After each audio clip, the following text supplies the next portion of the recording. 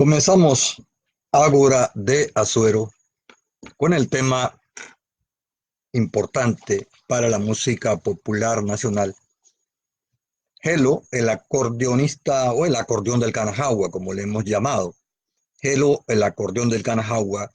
¿Qué debemos saber nosotros sobre ese personaje que curiosamente a la altura en que estamos, aparte de recordar el mogollón y una serie de cosas, muy muy se sabe realmente de Gelo, de Gelo Córdoba, eh, pero hay que entender a Gelo en su época, como hemos estado haciendo siempre eh, cuando buscamos explicar un personaje de la península. ¿Qué acontecía en América Latina cuando nace Gelo, que nace el 15 de marzo de 1911, prácticamente comenzando el siglo XX? Eh, este periodo importante, que es la primera mitad del siglo XX, donde Gelo Córdoba se va a agitar, donde se va a formar y va a nacer en el parador de Mogollón de Macaracas, en el distrito de Macaracas. Este personaje, el paradero del Mogollón de Macaracas, eh, porque sucedían cosas en América Latina para aquella época. Estábamos hablando de un siglo de transformaciones aceleradas, de búsqueda de la identidad de los países latinoamericanos. Por allí hay que comenzar a ver el papel de Gelo, porque van a haber otros Gelos en América Latina, pero nosotros nos vamos a referir al Gelo panameño, al, al hombre que hizo una contribución notable a la música de acordeones en este país. Hay una búsqueda, decía, de identidades en estos países y eso mismo se está produciendo en la literatura, en las novelas, lo vamos a ver en la misma política criolla, fenómeno que va a abarcar también el arte y naturalmente la música. Por eso, eh, el accionar de Gelo Córdoba podrá parecer eh, una manera de actuar de un hombre aislado en la península, pero cuando usted hila más delgado el tema al cual nos estamos refiriendo, se va a dar cuenta que Gelo responde a un momento histórico, quizás no tuvo la conciencia del hecho propiamente dicho, quizás no comprendió la magnitud de lo que estaba haciendo, pero es que así suceden las cosas en las sociedades y en las culturas. Y lo que va a suceder con Gelo no va a ser la excepción.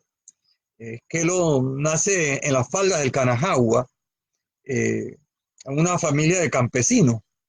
Eh, es interesante que nazca precisamente porque ¿qué era eh, el mogollón en 1911? Una zona llena de bosques, de animales, eh, donde lo típico era ser campesino. ¿Qué va a impulsar a este hombre a, a tomar un acordeón y a recorrer el país, a formar una agrupación musical? Eh, en ese periodo lo van a acompañar a Gelo acontecimientos, decía, a nivel nacional. Esa primera mitad del siglo XX son las grandes migraciones de santeños que se diseminan por la geografía nacional. Eh, y esa migración va a llevar sobre sus hombros, sobre sus motetes, sobre sus chivas gallineras, van a llevar su cultura y van a llevar las cosas que son símbolos de su tierra. Y Gelo se va a convertir en un símbolo sin querer, en un símbolo de su tierra. Eh, y esto lo va a hacer inicialmente, porque Gelo no conocía inicialmente el pentagrama. Eh, Tocaba de oídos. Entrevistamos, y por aquí tengo el dato, a la señora Juana Huerta y a su hija María Gil Córdoba, el 15 de octubre de 1995 en la Villa de los Santos. Esta es la esposa de Gelo Córdoba. Y estuvimos por allí conversando con ella. Tenemos la transcripción de eso, afortunadamente, de esa parte de la historia familiar. Y unas fotos que usted ve por allí de Gelo eh, recostado en un taburete, eh, son fotos del álbum de la familia Córdoba, que me permitieron sacarle fotos y después publicarlo en la prensa y otros medios. Y se ha hecho común y famoso esas fotos de Gelo Córdoba cuando era joven y que vivió en Pedací, en 12 años aproximadamente, según nos dijo su esposa. Gelo Córdoba también vivió, obviamente, en la Villa de los Santos y en el Ejido también vivió Gelo Córdoba. Eh, Asumo yo que buscando un poco el acceso para sus toques y permitirle hacer su vida musical.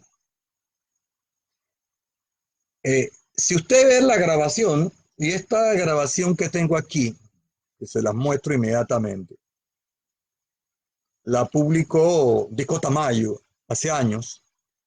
Nos pidieron una pequeña biografía que está aquí inserta, eh, y están algunas de esas fotos famosas que pertenecen al álbum familiar de los Córdoba.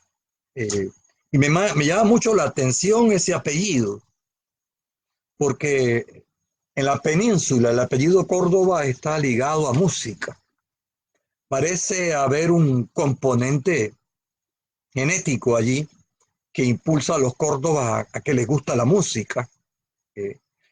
Fuera de ese dato de haber nacido allí, de cómo emigra a la costa, eh, porque Gelo comienza a tocar en los entierros de Angelito eh, y comienza a tocar violín para reemplazar a su tío. Eh, y de ahí entonces va a dar el salto al acordeón y no va a ser cualquier salto, ¿no? Eh, ya vamos a ver cómo Gelo es más que un músico.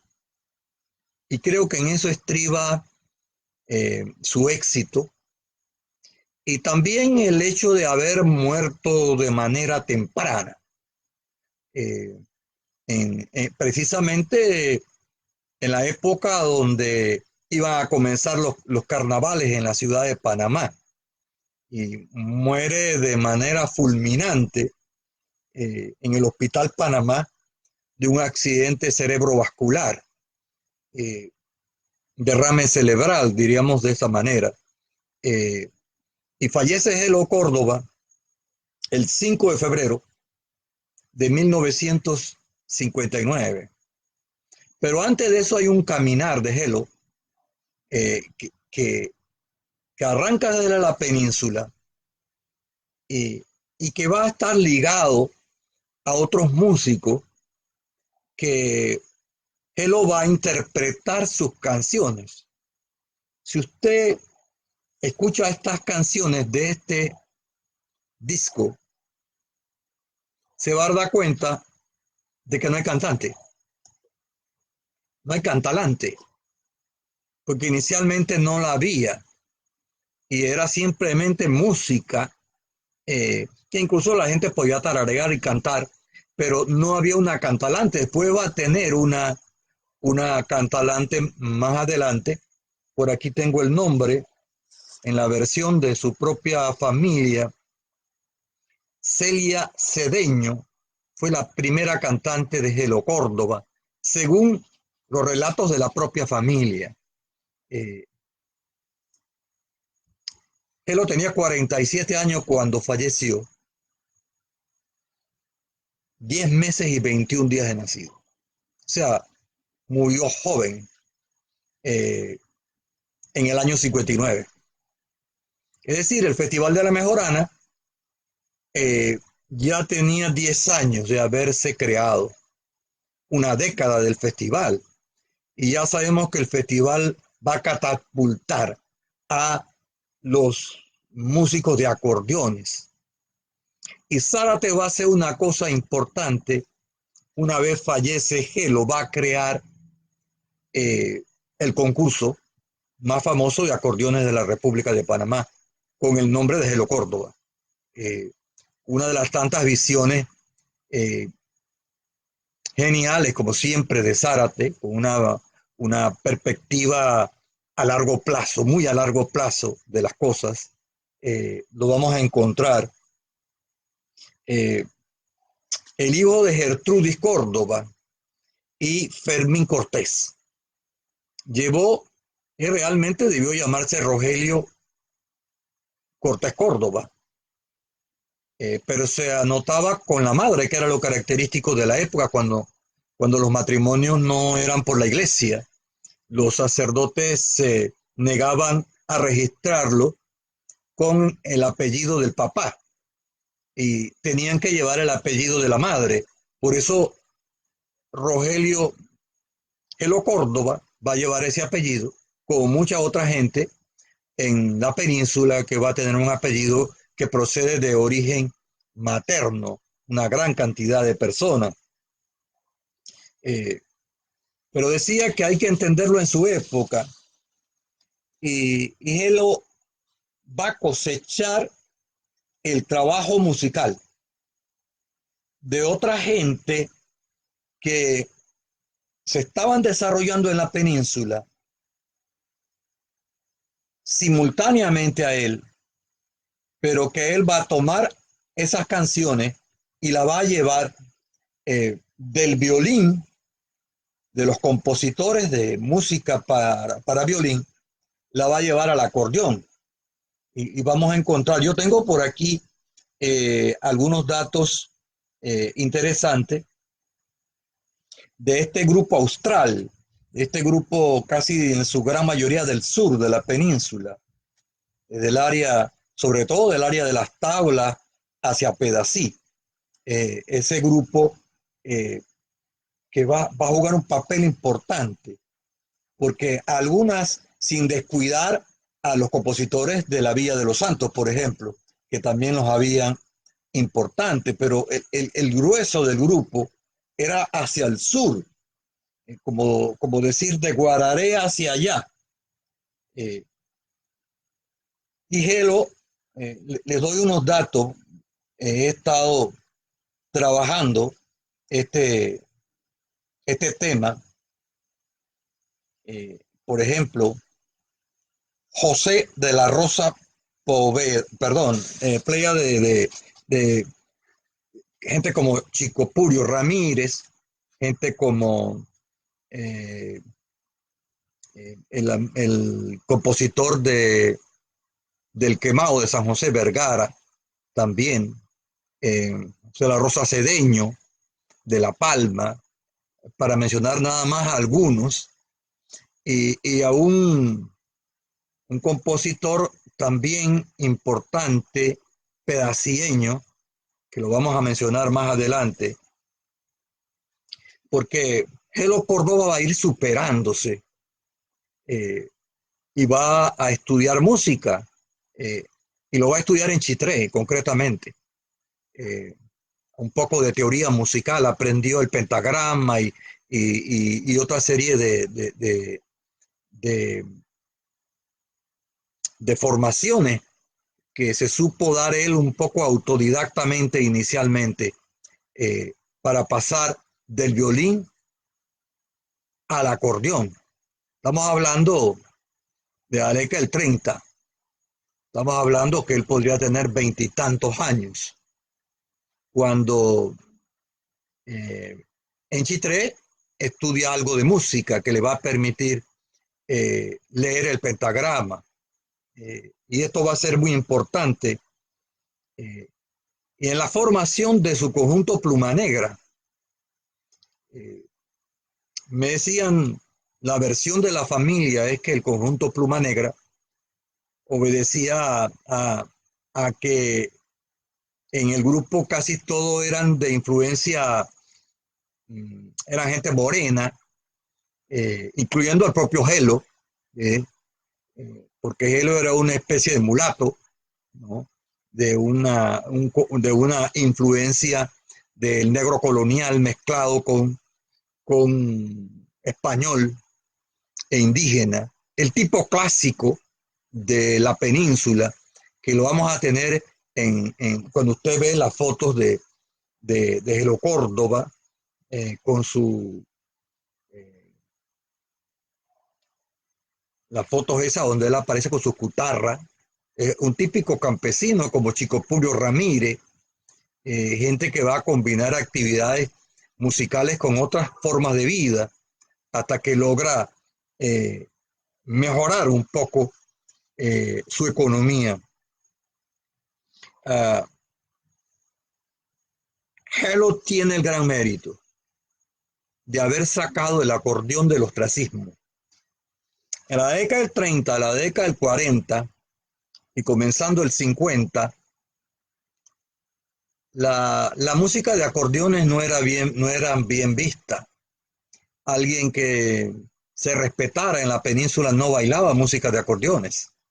Eso se consideraba socialmente como inferior, porque en los pueblos siempre habían lo que llamaban la crème, un grupo eh, de gente de cierto abolengo, de cierta condición social, que tenían eh, bailes en las casas y que a veces iban vestidos con sacos a la usanza de los años 30 y de los años 40, ¿no?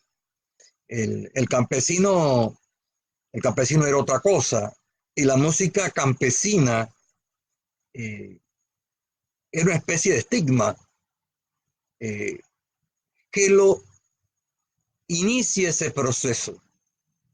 inicia ese proceso de bailes que se daban en las cantinas, con mujeres de no buen vivir, para decirlo de esta manera, ¿no?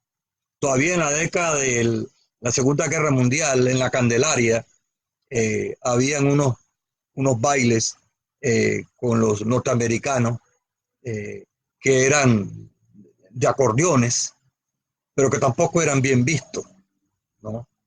Ese es para ir avanzando una de las primeras contribuciones de Gelo Córdoba y una de las contribuciones más interesantes porque eh, después de eso se va a ir desarrollando los jardines eh, y el baile va a dejar de estar en las casas y se va a convertir en un baile en un lugar que está creado a propósito para bailar, porque eso no existía para tiempos atrás porque se daban simplemente en la casa y los bailes con violín eran más para las presentaciones de las señoritas de los pueblos que tenían sus bailes y cuando estaban alrededor de los 15 años organizaban esos bailes en las casas para introducir a las niñas en sociedad, porque ese era el objetivo en el fondo.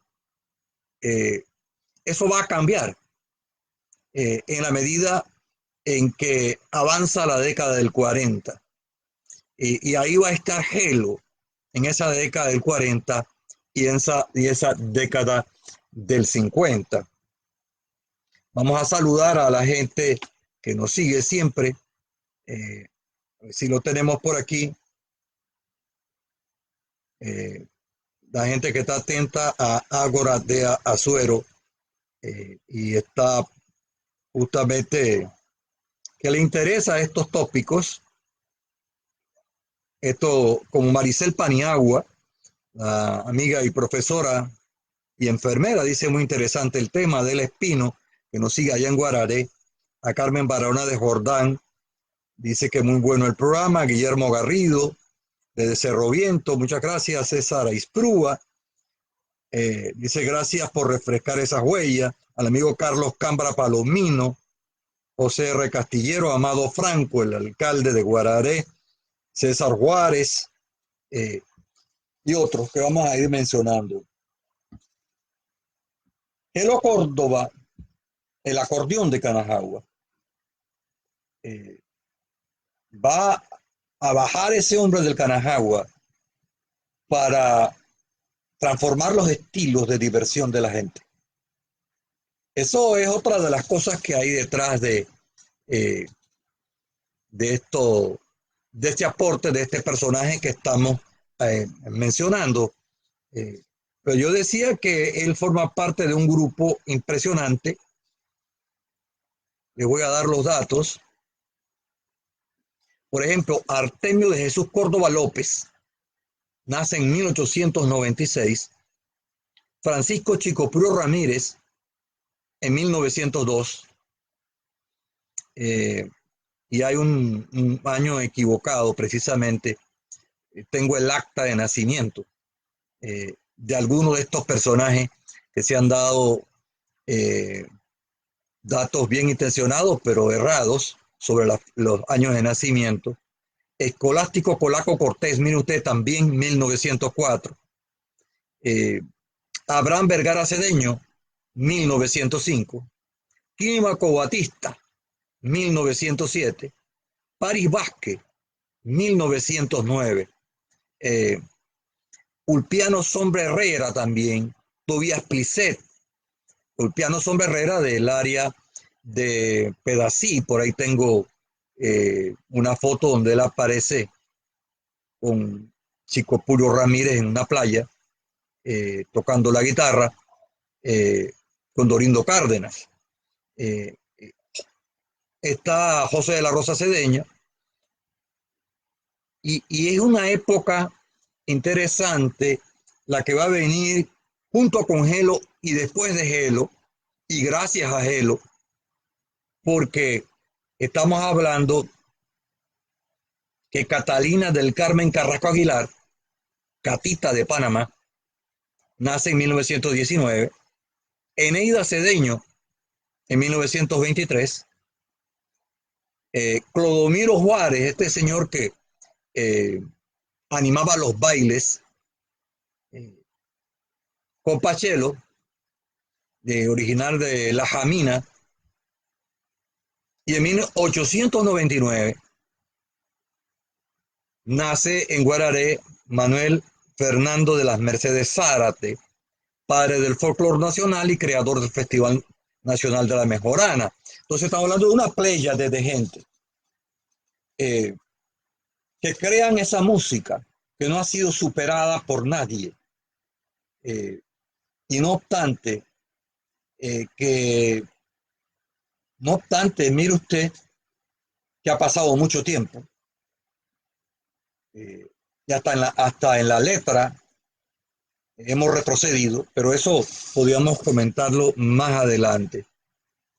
Y Gelo va a tocar en el Baby Jiménez de Guararé, un local que queda a la orilla de la carretera, que fue un tiempo cine, otra época también sirvió como sitio de venta de agroquímicos, actualmente está cerrado. Ahí tocaba Gelo en el Festival de la Mejorana. Y va a tener su primera decepción como personaje de dominio de la música con Daniel Dorindo Cárdenas Gutiérrez. Esa es una historia larga, pero es interesante. Él tocó en la Villa de los Santos, en un local donde hay ahora una estación de gasolina cerca del semáforo de la villa. Ahí tocaba Gelo Córdoba. También tocó en otros lugares de la Villa de los Santos. Música así, de tipo instrumental, con su característico cigarrillo, mientras tocaba, fumaba, ¿no? Que era muy característico de aquella época, a asumir ese tipo de situaciones como en el personaje que nosotros nos estamos refiriendo. Y yo hacía referencia a toda esa gente que hemos visto, porque este grupo de gente brillante de la música popular, de violín y de acordeón, nacen en la última década del siglo XIX, la década del 90 del siglo XIX hacia el final, como el caso de Zárate y otros, eh, y las primeras décadas del siglo XX. Toda esa gente son los que van a levantar la música y la van a llevar a la cima a las cuales no ha alcanzado en los tiempos actuales. Eh, Gente que va a, a hacer de un tema tan común eh, como una ropa sucia. Lávame la ropa sucia porque mañana la lavo yo. Eh, Porque son los temas característicos de, de, de, la mayoría y son los temas de amor. Y son canciones a las cuales toca Hello. En eso sí se ha mantenido nuestra música de acordeones, en su gran mayoría centrada en cuestiones de sentimientos, de amores despechados, hasta los tiempos actuales. Eh, pero Gelo hace algo mucho más trascendente para la nación panameña. La música de Gelo le da identidad a la nación, le permite al panameño decir esta música es mía. Por eso cuando llegamos a la década del 50 y 60, la música de acordeones se toma la ciudad de Panamá. Y después los músicos de acordeones van a tocar hasta en el Club Unión. Y eso va a ser producto de un proceso a lo largo del siglo XX. Un proceso que da inicio con Gelo y con ese grupo al cual me estoy refiriendo, eh, de músicos de esta zona, ¿no? Y Gelo va a interpretar el mogollón en honor a su, a su, a su pueblo. Y hasta donde conocemos, el mogollón no es de Gelo, es de la familia de Gelo, y que él lo va desarrollando. Eh, y se va a convertir en la canción emblemática de los acordeonistas, de la música de acordeones del Istmo. Eso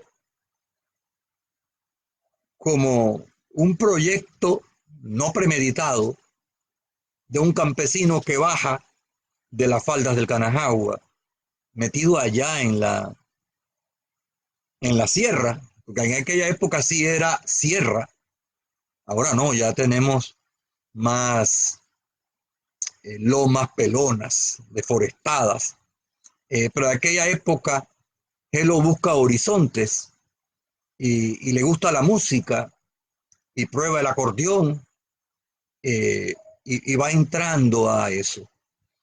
Hay algunos eslabones en la vida de Gelo que hay que reconstruirlo eh, y reconstruirlo científicamente. Por eso siempre hago la salvedad muy respetuosa. No estemos inventando cosas sobre los orígenes de estos personajes. ¿Ah? Investiguemos para que los dignifiquemos, pero no hagamos de esto un relato novelesco de su vida.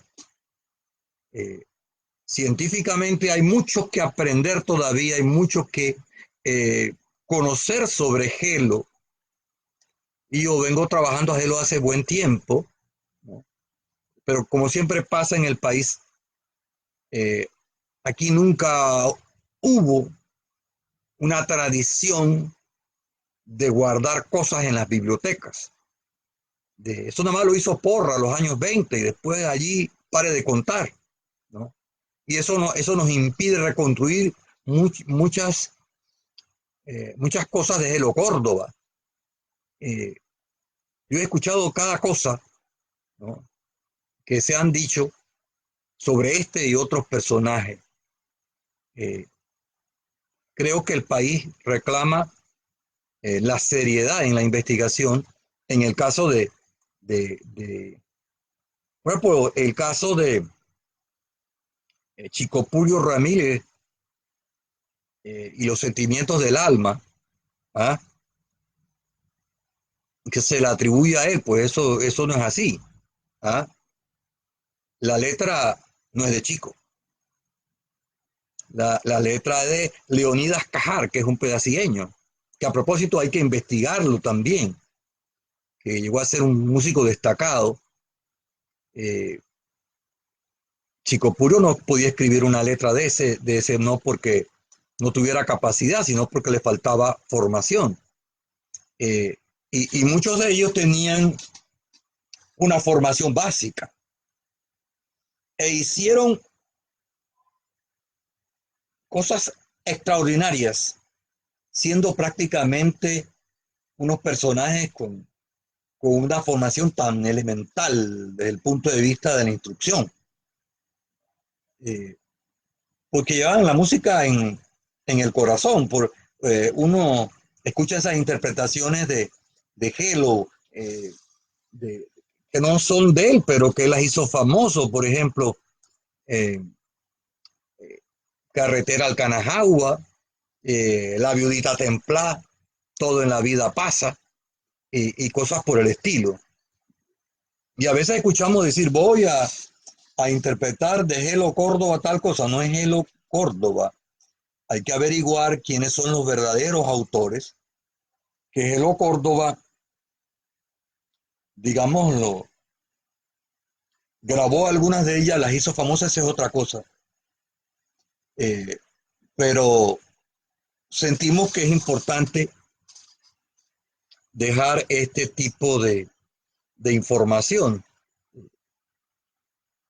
Eh, Canajagua Azul, por ejemplo, Conejo Muleto, Arroz con Mango, Sinceridad y cosas por el estilo. Eh, hay la necesidad de hacer un estudio serio de esas piezas por respeto a los músicos y por respeto a los autores, porque se repiten cantidad de informaciones que no tienen fundamento de ninguna naturaleza. Eh, él lo más que llegó a ganar eran 150 balboas hasta antes de fallecer. Eh, ¿Cuánto ganaba? Y cuando comienza, cobraba 20 y pico de dólares. Hablamos de tocando desde las 7 de la noche hasta la madrugada. Él al final de la jornada podía ganarse 10 balboas, 7 para el guitarrista, 5 para el timbalero, 2 para el guarachero y así por el estilo. Y él lo tiene un conjunto tradicional. Después de Gelo es que vienen todas esas transformaciones musicales que son inevitables, ¿no? De introducción de instrumentos nuevos.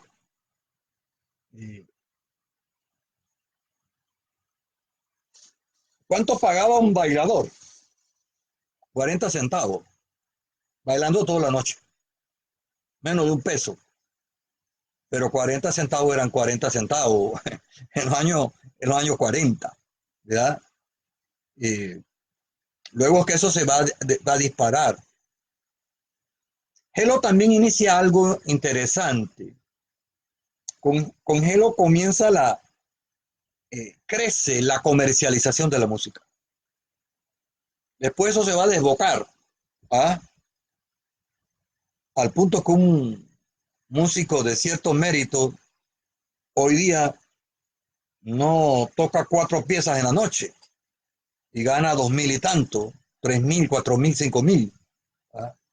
Comparado con lo que ganaba Gelo Córdoba, comparado um, con las nulas regalías de esos compositores de antaño. Eh, que alguna vez hay que hacer justicia a los familiares de ellos, porque mucha gente ha vivido de esos compositores e hicieron dinero a través de ellos. Lo que viene después de Gelo es otra cosa, pero a esta hora, amigo Joaquín Palma, muchas gracias. Agustina Vergara Cedeño, que nos está viendo allá en Bellavista de Guararé. Agustín Sáez de Gracia, dice en plena sintonía, interesante el programa. Guillermo Garrido también habla de Toñito Sáez, claro que sí. Guillermo Garrido dice La Cabaña, correcto. Ahí tocaba Gelo Córdoba en la villa. Jardín La Cabaña, una cuestión tan... Yo tengo filmado toda la cabaña y fotografiada antes que la destruyeran, porque sabía que eso iba a venir. Y ahí tengo eso, alguna vez ese video y esas fotos han de servir para reconstruir la arquitectura de la zona. César Juárez, tema muy importante, dice, a ver,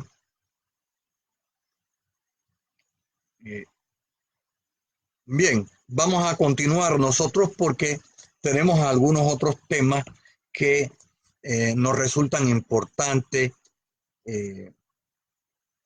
conocer. A veces cuando usted está investigando, donde menos espera usted encontrar información, la encuentra. Yo anduve buscando a Gelo y no sabía que la esposa vivía en la villa, hasta que alguien me pasó el dato y hice la entrevista de la cual hablamos hace un momento. Y a propósito de esa información, mucha gente ha de tener fotos. Esas fotos metidas en los álbumes familiares sirven de poco. Esas fotos pertenecen a esta cultura y a esta gente. Y la gente debería contribuir a que esas imágenes que son historia, que son cultura, cuántas fotos quizás no podríamos rescatar de Gelo, porque tiene que haber, por ahí tengo otra foto también de aquella época donde aparece Gelo tocando violín. Lo que pasa es que esa foto está un poco oscura y nunca hemos podido, se trata de clarificar, pero pierde su imagen. Pero sentimos que la fotografía para reconstruir la época, para ver a los personajes, no es importante. No es casual que antes la gente se mandaba a hacer pintura, el que tenía recursos, pues. ¿Ah? Porque no había nada de esto y era una manera de perdurar, de dar una imagen de las cosas que estaban sucediendo. Eh, y si usted por casualidad tiene alguna fotografía de Gelo, de hombre, haga lo posible por difundirla. Porque para otra gente puede ser muy importante. Para nuestra historia, para nuestra sociedad, para nuestra cultura y para la visión de nosotros mismos, ¿no? Lo que viene después de Gelo, lo que viene después de Gelo es bastante triste. Yo no voy a decir que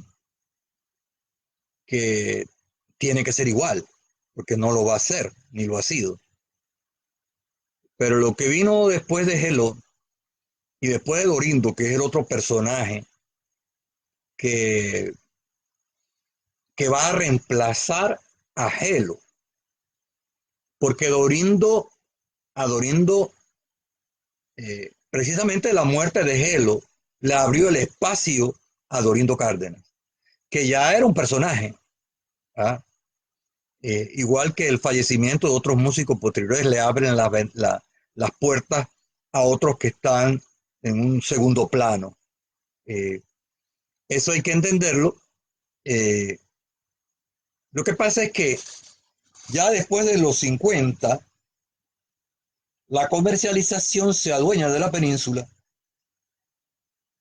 la música se convierte en un negocio eh, y va perdiendo su naturalidad. Llegan las influencias de afuera. Ya Sergio González Ruiz se quejaba en la 26 leyendas panameñas, en uno de ellas, se quejaba de la música de Cascarita, de la música del Caribe, que estaba infectando la península. ¿Ah? Y lo dice Sergio. Y Zárate en los años 60 ya escribe sobre adulteración del folclore. Eh, ¿En qué quedó el aporte de Gelo? Eh, yo creo que es un hombre que el país no le ha hecho los reconocimientos que se merece. Yo de Gelo solamente conozco el homenaje del Festival de la Mejorana, concurso Gelo Córdoba, luego la denominación de la Plaza de Macaracas, la Plaza Rogelio Gelo Córdoba, con Alcibiades Cortés y otros que nos movimos para que la alcaldía asignara esa plaza con ese nombre. Eh, Hay un busto allá mismo en el Mogollón de, de Gelo Córdoba. Eh, yo digo que el aporte de Gelo fue muy importante eh, y lo que vino después tampoco, eh, la formación a veces académica, universitaria y demás en la península no se ha correspondido con el rol de la música de la gente nuestra del campo. Y estoy pensando, por ejemplo, en el tango argentino y la revolución de Astor Piazzolla, un académico que agarra ese tango tradicional y que no le dijeron a Astor Piazzolla en Argentina porque era, dice, muy atrevido, como iba, que era una violación de el tango tradicional. Nada sucedió. Y escribió eh, unas piezas sencillamente de antología mundial basado en el tango. Y no podemos nosotros hacer lo mismo en Panamá. No podemos agarrar a los académicos nuestros de la música, gente estudiada en música, que se dediquen a estudiar, porque está muy bien que estudiemos los clásicos y a mí me congratulo por eso, Beethoven y todos los demás. ¿Ah? Eh, Hay una lección a propósito de Astor Piazzolla, que estando en Europa estudiando cosas clásicas, un profesor le dijo, Piazzolla, ¿y por qué no regresas a tu país y utilizas todo lo que sabes en música con tu música? Qué lección más extraordinaria. ¿Ah? Eso lo necesitamos nosotros acá. ¿Ah? Eh, porque esa música luego de Gelo va a cambiar casi que radicalmente. Eh, Desde las murgas del año 59, precisamente el año en que muere Gelo. Gelo, decíamos, muere en febrero de 1959. Y sentimos que nosotros tenemos una deuda con esa gente. Esa gente hizo, gente como Gelo, levantaron nuestra música. Gente campesina que no sentían vergüenza de ser campesinos y que construían nuestra música. Ah, sí, que la letra no es muy académica, ¿ah? Pero era lo que la gente creaba y gracias a eso hay otra gente ahora ganando mucho dinero, basado en ese trabajo. Y hasta donde yo conozco, no hay un libro autorizado de la biografía de Gelo, como no hay un libro autorizado de la biografía de todos estos grandes hombres. Tenemos, sí, insisto, cositas publicadas, paginitas y cosas por el estilo, pero necesitamos algo de más alto aliento. Yo creo que nuestros antepasados se lo merecen. Ojalá las universidades nuestras hagan ese trabajo,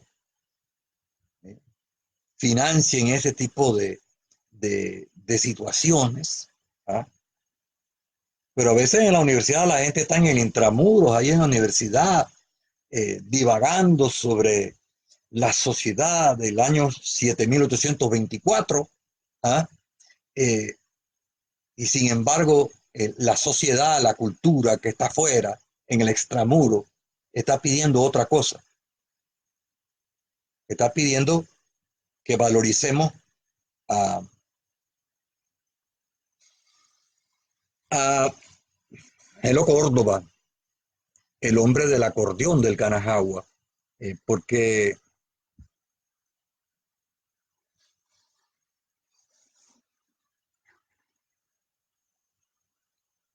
¿cuánto hemos perdido? Yo insisto, yo soy muy respetuoso de la época contemporánea, pero tenemos mucha chabacanería. Está bien que nos basemos en la vida privada, en cosas privadas del amor y eso, pero eso es muy distinto a los sentimientos del alma.